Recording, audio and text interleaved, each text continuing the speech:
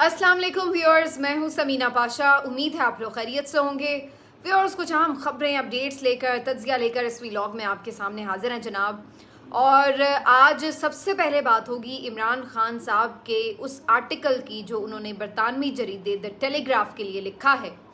और इकोनॉमिस्ट की भरपूर पजीराई के बाद उनकी एक और फ़खरिया पेशकश है जिसमें उन्होंने हद कर दी है। जो भी आप कह लें, कलम तोड़ दिया है या बात ही ख़त्म कर दी है, जो भी आप अल्फाज इस्तेमाल कर लें।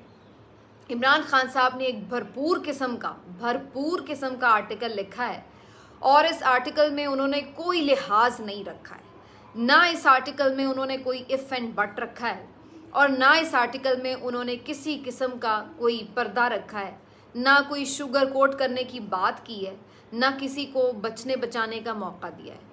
जिसको कहते हैं ना कि सीधी बात, वो उन्होंने की है। और ये आर्टिकल उस दिन आया है कि जिस दिन आज़ादी इजहार राय के दिन के तौर पर हम मना रहे हैं। अब यानी जब आप ये व्लॉग देख रहे होंगे तो बाकायदा ये दिन शुरू हो जाएगा जो कि freedom of expression and speech के लिए मनाया जाता है पूरी दुनिया में। तो आज इमरान खान साहब ने सही तौर पर, जिसको कहता है ना कि अपनी एक्सप्रेशन और स्पीच की जो फ्रीडम है उसको इंजॉय करके ये आर्टिकल लिखा है, तो गलत ना होगा। इस आर्टिकल में उन्होंने ऐसा क्या लिखा है मैं आपके सामने रख दूँगी, इसका तज्जिया भी करेंगे और मौजूदा हालात से इसको जोड़ेंगे, फिर इसका एनालिसिस करेंगे। इसके साथ साथ एक बात करेंगे जी, आज इमरान खान साहब की पार्टी भी थोड़ी जागी है और इनकी तरफ से भी भरपूर अटैक हुए हैं। आज पीटीआई की तरफ से अहम प्रेस कॉन्फ्रेंस की गई जिसमें वाइट पेपर जारी किया गया है। वैसे तो ये वाइट पेपर आम इंतखाबात में धांधली के ऊपर था, लेकिन इसमें उन्होंने क्या क्या कुछ शामिल कर दिया आपके सामने रखूंगी। इसके साथ साथ जनाब आज एक अहम कामयाबी मिली है पाकिस्तान तहरीक इंसाफ को इस्लामाबाद हाई कोर्ट से, जहां पर आज इलेक्शन ट्रिब्यूनल्स ने जो 3 हल्के इस्लामाबाद के हैं उन्हें खोलते हुए बाकायदा ये ऑर्डर्स जारी कर दिए हैं कि NA 46, 47 और 48 तीनों हल्कों में फ्रीकैन को नोटिस भी जारी किए हैं। फॉर्म 45 और 46 मंगवा लिए हैं, उनसे तलब कर लिया है कि 20 तारीख को आपने ये फॉर्म्स के साथ हाजिर होना है। तो अगर इन फॉर्म 45 के मुताबिक फ़ैसला होता है तो फिर तो ये 3 सीटें वापस पीटीआई को मिलने जा रही हैं, ये मैं आपको अभी बता देती हूँ। अगर इसमें कोई हेरा फेरी की जाती है तो फिर कोई अलग सूरत हाल होगी, लेकिन जो इस वक्त इस्लामाबाद हाई कोर्ट का मूड है उसको देखते हुए मुझे ये एंटिसिपेट करना मुश्किल नहीं है कि ये फ़ैसला इंशाल्लाह आइन और कानून के मुताबिक होगा। अब इसके अलावा जो ख़बर है वो ये है कि जनाब शहबाज शरीफ साहब क्या कर रहे हैं और साइफ़र केस में क्या हुआ है। तो ये सब वो ख़बरें हैं जो आपके साथ आज के इस व्लॉग में शेयर करने जा रहे हैं। लेकिन सबसे प्राइम ख़बर वही है कि जो इमरान खान साहब का आर्टिकल है। आपसे रिक्वेस्ट है कि चैनल को सब्सक्राइब कर लें अगर अभी तक सब्सक्राइब नहीं किया। खान साहब ने इस आर्टिकल में, जिसको कहते हैं दरिया को कूजे में बंद कर दिया है, वो वाली सूरत हाल है। पता लग रहा है कि एक बेखौफ और निडर शख्स ने ये आर्टिकल लिखा है। और अगर आप इस आर्टिकल की गुफ्तगू, इसकी लैंग्वेज, इसका रब्त और इसकी जो पूरी बुन्नत है वो देखें तो उससे आप हैरान हो जाते हैं कि आप ये यकीन नहीं कर पाते कि ये किसी ऐसे शख्स ने लिखा है कि जो जेल में बंद है और जिसको अपनी ज़िंदगी से मुतल्लिक शदीद किस्म के तहफ़्फ़ुज़ात मौजूद हैं कि उसको कत्ल कर दिया जाएगा, लेकिन इसके बावजूद वो इतनी बेखौफी से ताकतवरों को ललकार रहा है। तो ये इस आर्टिकल का कमाल है। आज आर्मी चीफ साहब ने बात की थी आज़ादी इजहार राय की, तो उसका ये एक भरपूर जवाब नज़र आ रहा है। वैसे तो ज़ाहिर है ये आर्टिकल इमरान खान साहब ने शायद चंद दिन पहले ही लिखा हो, लेकिन इत्तेफाक से ऐसा लग रहा है कि जैसे बातों का जवाब दिया है। बहरहाल दू बदू मामला लग रहा है जनाब। आर्मी चीफ साहब को भी उन्होंने इसमें नाम लेकर शामिल किया है और चीफ जस्टिस काजी फायज़ ईसा साहब का भी जिक्र किया है। इमरान खान साहब ने ये जो आर्टिकल लिखा है इसमें उन्होंने तहरीक अदम एतमाद से बात शुरू की है और सारा जो अब तक का 2 साल का मंजरनामा है उसको उन्होंने इसमें तहरीर कर दिया है। उन्होंने बताया है कि किस तरीके से इस्टेब्लिशमेंट के ईमा पर उनके खिलाफ तहरीक अदम एतमाद लाएगी और फिर उसके बाद बराह रास्त इस्टेब्लिशमेंट उनकी पार्टी के खिलाफ हर किस्म की कार्रवाई में मुलव्विस रही है। उन्होंने उसमें सारा जिक्र किया है कि किस तरह से उनके लीडर्स के ऊपर, उनके वर्कर्स के ऊपर मुकदमात ढेरों कायम किए गए, ख़ुद उनके ऊपर कायम किए गए, किस तरह से उनकी पार्टी को क्रश किया गया, गिरफ्तारियां, मुकदमात, मारपीट, सब कुछ। और उसके साथ साथ फिर उन्होंने जिक्र किया कि कैसे आखिर में निशान तक छीन लिया गया एक ऐसे मुल्क में कि जहाँ पर लोग सिर्फ निशान देखकर ज़्यादातर लोग जो है वो वोट कास्ट कर पाते हैं, उस पार्टी से निशान तक छीन लिया गया। और इसके बावजूद भी ये सब कर लिया गया, इसके बावजूद भी 8 फरवरी को अवाम ने जो किया वो इनकी नाकामी का मुंह बोलता सबूत है। इमरान खान साहब लिखते हैं कि अवाम ने इनके सारे प्लान को फेल कर दिया, नाकाम कर दिया, और बजाय इसके कि ये अपना फेलियर तस्लीम करते, इन्होंने जिस तरीके से फिर इलेक्शन को रिग किया और जिस तरह से उसके नताइज तब्दील करके जो हुकूमत मुसल्लत की है वो सिर्फ़ एक मजाक है और वो सिर्फ़ एक आप समझ लें कि ढोंग है और जाली सा एक मैंडेट है जो उनके हवाले किया गया है। इमरान खान साहब ये सब लिखने के बाद भी कहते हैं कि इस सारी सूरत हाल के बाद भी वो ये समझते हैं कि उन अभी तक भी इनके पास कोई अगर सिर्फ रह गई ऑप्शन तो वो सिर्फ ये है कि ये सिर्फ मुझे कत्ल कर सकते हैं, इसके अलावा जो कुछ ये कर सकते थे इन्होंने किया है। और फिर उसमें वाज़ेह तौर पर उन्होंने लिखा है कि मुझे या मेरी बीवी को कुछ होता है तो इसके ज़िम्मेदार army chief general Asim Munir होंगे। साथ ही साथ वो ये कहते हैं कि बहरहाल उन्हें मरने का कोई खौफ नहीं है और उसकी वजह यह कि उनका ईमान मजबूत है और वैसे भी वो समझते हैं कि ग़ुलामी की ज़िंदगी से बेहतर है कि वो मौत को तरजीह दें। तो इस बात का उन्हें कोई खौफ नहीं है कि जेल में भी मैं हूँ और ये मुझे कत्ल कर सकते हैं, मैं इनके रहमो करम पर हूँ। तो ऐसी कोई खौफ ने या किसी फीलिंग ने उनको नहीं घेर रखा। और इसके बाद फिर ये सारी बातें लिखते हुए उन्होंने अदलिया के ऊपर भी बात की कि अदलिया जो है वो मुसलसल कैसे दबाव का शिकार रही है। खान साहब लिखते हैं कि अदलिया ने ना सिर्फ ये कि ये सारा दबाव बर्दाश्त भी किया, इसमें शामिल भी रही, फिर उसके बाद अब उनकी बस हो गई है। तो अब जो 6 जजेस हैं उन्होंने ख़त लिखा है बाकायदा और उसमें उन्होंने ओपनली सारी जो मुदाखलत है, जो इंटरवेंशन है मिलिट्री इस्टेब्लिशमेंट की, उसको पॉइंट आउट किया है कि उनके साथ भी किस तरह से उन्हें हरास किया गया और किस तरीके से उनके काम को मुतासिर किया गया। तो ये सारी बातें लिखने के बाद खान साहब लिखते हैं कि ये जो ख़त है इनका, ये भी बेसिकली मायूसी और गुस्से का इजहार है और अब पाकिस्तान के लिए अगर आगे बढ़ने का कोई रास्ता है तो सिर्फ ये कि रियासत को उसके आइनी किरदार के मुताबिक बहाल किया जाए और ये मिलिट्री ट्रायल्स ख़त्म हो, लोगों को रिहा किया जाए और ये जुल्म सितम और जबर का दौर जो है वो ख़त्म होना चाहिए और सिर्फ आइन पर चलना ही इस मुल्क का एक वाहिद बचाव का रास्ता है। तो खान साहब ने सीधी सीधी बातें की हैं। अब इसके ऊपर अगर मैं एनालिसिस करूं तो इसमें 2-3 चीज़ें हैं। पहली चीज़ तो फिर वही है कि इमरान खान डटा हुआ है, खड़ा हुआ है, वो वहीं पर खड़ा हुआ है जहां वो 2 साल पहले खड़ा था और जो कुछ भी उसके साथ हुआ है उसने उसे मज़ीद मजबूत ही किया है, कमज़ोर नहीं किया।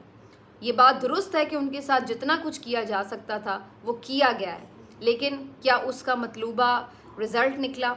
वो नहीं निकला। वो पहले से ज़्यादा मुस्तहकम हुए, पहले से ज़्यादा मजबूत हुए और अब इस बात में उनके मुखालिफीन भी कोई दूसरी राय नहीं रखते कि वो एक मजबूत आसाब के मालिक शख्स हैं जिनका ईमान बड़ा पुख्ता है और यही वजह है कि वो अभी तक भी डगमगाए नहीं हैं। पूरे हौसले के साथ वो खड़े हुए हैं जेल में और डटे हुए हैं और अपने मौक़िफ़ से 1 इंच भी पीछे नहीं हट रहे।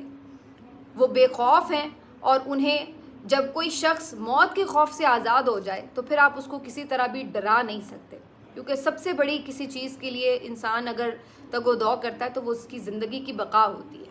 लेकिन जो शख्स मौत के खौफ से आज़ाद हो जाए तो फिर आप उसको डरा नहीं सकते, उसके बाद उसकी कोई कमज़ोरी रह नहीं जाती।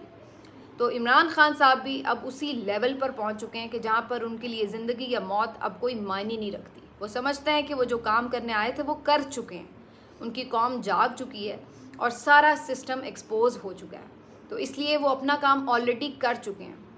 लेकिन इसी वजह से वो ये समझते हैं कि अब उनको अगर मार भी दिया जाए तो वो समझते हैं कि डील करने से बेहतर ये है कि ग़ुलामी की ज़िंदगी सहने से बेहतर ये है कि इंसान मर जाए।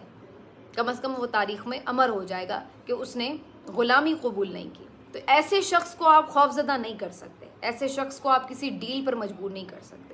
तो इमरान खान साहब के आज के आर्टिकल के बाद, वैसे तो पहले भी ये बात बड़ी वाज़ेह थी और आज के आर्टिकल के बाद ये बात और वाज़ेह हो गई है कि इमरान खान साहब इस्टेब्लिशमेंट से, इन तमाम जमातों से किसी किस्म की कोई डील नहीं करेंगे। ये बात उन्होंने आज अपने रहनुमाओं से भी गुफ्तगू करते हुए कही है कि मैंने क्या डील करनी है, मैंने अपने लिए तो कुछ मांगना ही नहीं है, ना मुझे इस बात में किसी से कोई रियायत चाहिए, कि मेरे मुकदमात ख़त्म कर दो या मुझे रिहा कर दो। वो तो मैं अदालतों में मेरिट के ऊपर इंशाल्लाह जीतूँगा, क्योंकि ये बेबस और बिल्कुल बेबुनियाद और बोगस किस्म के मुकदमात हैं। और दूसरा वो ये कहते हैं कि अपने लिहाज से मुझे कोई रिहाई की कोई ख्वाहिश और जल्दी नहीं है। अलबत्ता उन्होंने आज अपने रहनुमाओं को ये बात ज़रूर बार बार ज़ोर देकर कही है कि जो ख़वातीन जेलों में कैद हैं उनकी रिहाई के लिए भरपूर इक़दाम किए जाए, उसमें किसी किस्म की कोई कोताही ना की जाए और ना ही कोई कमज़ोरी दिखाई जाए। तो इसके ऊपर उन्हें ज़रूर फ़िक्र है। लेकिन अपने हवाले से वो पहले भी उनके लॉयर्स यही कहते हैं कि उन्होंने कभी नहीं पूछा कि मेरी ज़मानत कब होगी, मैं कब बाहर निकलूँगा, मुझे निकालो, या कोई उन्हें इस हवाले से परेशानी नहीं है। तो ये जो डील की जितनी भी बाज़गश्त थी उसको तो इमरान खान साहब ने कर दिया दफन।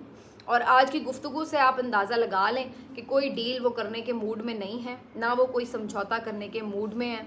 और जितने लोग एक किसी भी रहनुमा की बात को बढ़ा चढ़ा कर इस तरह बयान करते हैं कि जी सारे लीडर्स एक जैसे हैं और सब जो है वो इस्टेब्लिशमेंट के पाँव पड़ना चाहते हैं, सब जूते पॉलिश करना चाहते हैं, तो उनको आज अच्छी तरह से ये फ़र्क समझ लेना चाहिए कि वो लीडर जो जेल में मौजूद है वो नाम ले लेकर अगर तनकीद कर रहा है तो आप उससे कैसे ये एक्सपेक्ट कर सकते हैं कि वो कोई डील करने के लिए ये कर रहा है, क्योंकि उसको भी पता है कि जिस लेवल पर वो जा चुका है उसके बाद क्या उसको डील मिलेगी या कोई रियायत मिलेगी। और वो तो हम देख चुके हैं कि दूसरी तरफ से किस तरह का जवाब आया। तो बहरहाल एक तो इससे डील की ख़बरों की भी टोटल आप समझ लें नफ़ी हो जाती है, तासुर भी ख़त्म हो जाता है। तीसरा, इमरान खान साहब ने ये सारी चीज़ें ऑन रिकॉर्ड लाकर एक दफ़ा फिर से आलमी बरादरी की जो तवज्जो है वो समेट ली है। आप देखेंगे कि इस आर्टिकल को भी बेपनाह लोग पढ़ेंगे और इसका जो इम्पैक्ट है वो फिर से आपको बिल्कुल उसी तरह नज़र आएगा जैसे कि इकोनॉमिस्ट का एक इम्पैक्ट आपको नज़र आया था जो उसमें उन्होंने आर्टिकल लिखा था। और फिर इसके साथ साथ जो इसकी एक और बड़ी इम्पॉर्टेंट बात है वो ये कि आज़ादी इज़हार राय की बात हुई है, तो उस दिन के हवाले से या जाहिर है कि ये जो सारा इमरान खान साहब का आर्टिकल है ये डिस्कशन में आएगा और ऑटोमेटिकली जो इमरान खान साहब का नैरेटिव है उसको एक पजीराई मिलती है। इसके साथ एक हम चीज़ ये देखते हैं कि जो पीटीआई का वर्कर है, वोटर सपोर्टर है, वो भी इमरान खान साहब की बात सुनकर और उनके अज़्म को देखकर हौसला पकड़ता है, तो वो भी दोबारा खड़ा होता है। तो ये है जी इमरान खान साहब का आर्टिकल, और जो अब काफ़ी हद तक सूरत हाल को वाज़े करता हुआ नज़र आ रहा है। अब आ जाते हैं जी जो एक बड़ी पीटीआई को कामयाबी मिली है। आज अदलिया की तरफ से ये नोटिस जारी किए गए हैं NA 46, 47, 48, ये तीनों इस्लामाबाद के हल्के हैं जहाँ से पीटीआई के अली बुखारी, शुएब शाहीन और आमिर मुग़ल जीत चुके हैं। और फॉर्म 47 के तहत यहाँ पर 2 PMLN के और एक आज़ाद रहनुमा को जितवाया गया था जो बाद में PMLN में ही ऑलमोस्ट शामिल हो गए थे। और ये जो तीनों लोग हैं, अली बुखारी, शुएब शाहीन, आमिर मुग़ल साहब, ये फॉर्म 45 अपने पास महफूज रखते हैं। और जो इनके साथ और दूसरे लोग थे कैंडिडेट मुकाबले में, वो भी इनकी जीत की गवाहियाँ दे चुके हैं, जैसे कि मुस्तफ़ा नवाज़ खोकर साहब हों या TLP के या जमात इस्लामी के लोग हों, तो वो भी बता चुके हैं कि इस्लामाबाद, और ख़ुद सहाफ़ी भी, आज़ाद सहाफ़ी भी ये तस्दीक कर चुके हैं कि इस्लामाबाद के ये तीनों हल्के यही तीनों हजरात जीत चुके हैं जिनको ज़बरदस्ती यहाँ से हरवाया गया। और सबसे जो आज की बात ख़ास है वो क्या है, वो ये है कि पीटीआई के पास जो सबसे स्ट्रॉन्ग अगर कोई चीज़ है तो वो फॉर्म 45 है। लेकिन अभी तक भी ये नौबत नहीं आ रही कि फॉर्म 45 के तहत जो है हलकों को खोला जाए। अगर यहाँ पर ये मिसाल एक सेट की जाती है और इसी के तहत फिर आगे इलेक्शन में मुख्तलिफ हलकों को खोला जाता है, तो फिर पीटीआई के लिए बहुत रोशन इम्कानात हैं कि इन्हें अपनी बहुत सारी सीटें वापस मिल सकती हैं, क्योंकि फॉर्म 45 वो प्रूफ है पीटीआई के पास इस वक्त हाथ में कि अगर ये यानी अदालतों की तरफ से ट्रेंड सेट हो रहा है तो फिर इसको झुटलाना बड़ा मुश्किल हो जाएगा। क्योंकि बहुत से लोग ये बता चुके हैं कि जो पीटीआई के मुखालिफ PMLN के यहाँ से फॉर्म 47 के तहत जीते हुए उम्मीदवार हैं, उनके पास ओरिजिनल फॉर्म 45 इस तरह से मौजूद ही नहीं है, और अगर हैं भी तो उन फॉर्म 45 के मुताबिक वो हारे हुए हैं। और अगर अब चूँकि दिन बहुत दिए हैं अदालत ने, 20 तारीख में अभी बहुत दिन बाकी हैं, तो अगर इस दौरान अगर कोई जाली किस्म के फॉर्म 45 तैयार भी किए जाते हैं तो वो एक तो जालसाजी पकड़ी भी जा सकती है, दूसरा जो और कैंडिडेट्स हैं उनके साथ अगर मैच करके देखेंगे तो बड़ा मुश्किल हो जाएगा इस सारे अदादो शुमार के गोरख धंधे में ये साबित करना कि फॉर्म 45 पीटीआई वालों के गलत हैं। तो मेरा ख्याल है ये काफ़ी पीटीआई के लिए खुशाइंद बात है। और फैसल चौधरी साहब जो मेरे साथ जीएनएन पे प्रोग्राम भी करते हैं और वो अली बुखारी साहब के वकील भी हैं इस केस में। उनसे भी जब मेरी इस मौजू पे बात हुई थी तो उन्होंने मुझे बड़ा क्लियर कट बताया था कि कोई चांस नहीं है, अगर फॉर्म 45 के तहत बात खुल जाती है तो फिर कोई चांस नहीं है कि पीटीआई के मेंबर्स जो हैं उनको हराया जा सके। अब देखते ही है कि अदालतें इस मामले के ऊपर कितना स्पाइन दिखाती हैं और कितनी जल्दी ये फैसले होते हैं, और ये अगर एग्जाम्पल सेट होती है तो पीटीआई को बड़ी कामयाबियां मिल सकती हैं। इसके अलावा पाकिस्तान तहरीक इंसाफ ने आज धांधली पर वाइट पेपर जारी किया है और इसमें उन्होंने सिर्फ यही नहीं कि मुख्तलिफ हलकों की तफसीलात शेयर की हैं, फॉर्म 45 शेयर किए हैं, बल्कि उन्होंने इसमें जो पूरा अभी तक का प्लान था जिसको लंदन प्लान के नाम से पीटीआई कहती है वो भी शामिल किया है। और इस प्लान में उन्होंने सारा बताया है कि ये जो कागजात नामजदगी छीनना या इलेक्शन में बल्ले का निशान छीनना, मखसूस नशिस्तें छीनना, फॉर्म 47 के मुताबिक फ़ैसले देना, और ये सारी जो चीज़ें उन्होंने इसमें ये शामिल की हैं कि ये सब भी इलेक्शन रिगिंग का ही हिस्सा है।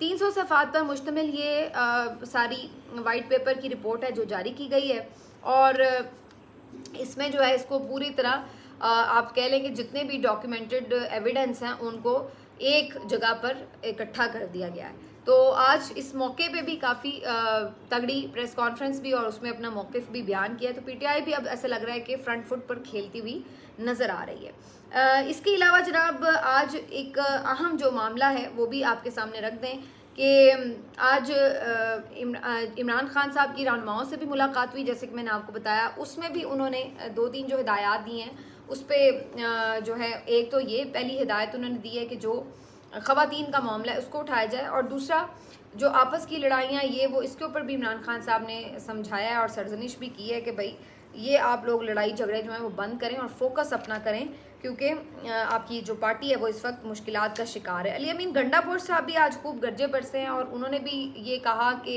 उनकी जो बातें हैं उनको हल्का ना लिया जाए। तो आज हर तरफ से ऐसा नज़र आ रहा था कि पीटीआई काफ़ी एग्रेसिव मूड में नज़र आई और काफ़ी उन्होंने जिसको कहते हैं क्रीज से बाहर निकल कर छक्के लगाए हैं। आखिर में जी आपको बता दें साइफर केस जो है इसको मंडे तक समाअत को मुलतवी किया गया है, और आज तो जो जस्टिस मियां गुल हसन औरंगज़ेब साहब जस्टिस साहब हैं उन्होंने बाकायदा फिर प्रोसिक्यूटर को कहा कि भाई आपने कहा था कि 3-4 समातों में आप बात मुकम्मल कर लेंगे, अब काफ़ी समातें हो गई हैं तो अब क्या आपका प्लान है। तो उन्होंने कहा कि उन्हें 5 घंटे मज़ीद चाहिए। तो इस पर फिर उन्होंने कहा कि आप अगली समात में लाजमी अपने दलाइल मुकम्मल कर लें, क्योंकि इससे ज़्यादा अब इस केस को हम मज़ीद अब कितना सुन सकते हैं, पहले ही बहुत ज़्यादा वक्त दिया गया आपको। तो अब ये केस जो है वो मंडे तक चला गया है। अब देखते हैं कि जी मेरिट पर चूँकि इसका फ़ैसला होना है तो या तो इस पर बरियत होगी या सज़ा बरकरार रहेगी।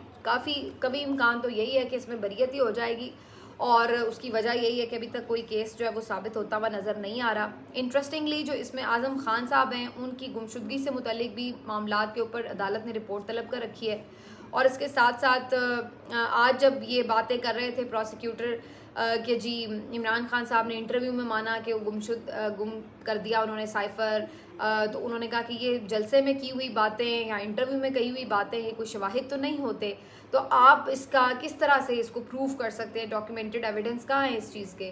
तो बहुत कमज़ोर केस लग रहा था ये प्रोसिक्यूटर के लिए, और वो कुछ भी साबित करते हुए उसे नज़र नहीं आ रहे थे। तो लेट्स सी जी क्या होता है। शहबाज शरीफ साहब का 1-2 स्टेटमेंट हैं जिस पे मुझे बात करनी है, बस छोटी सी।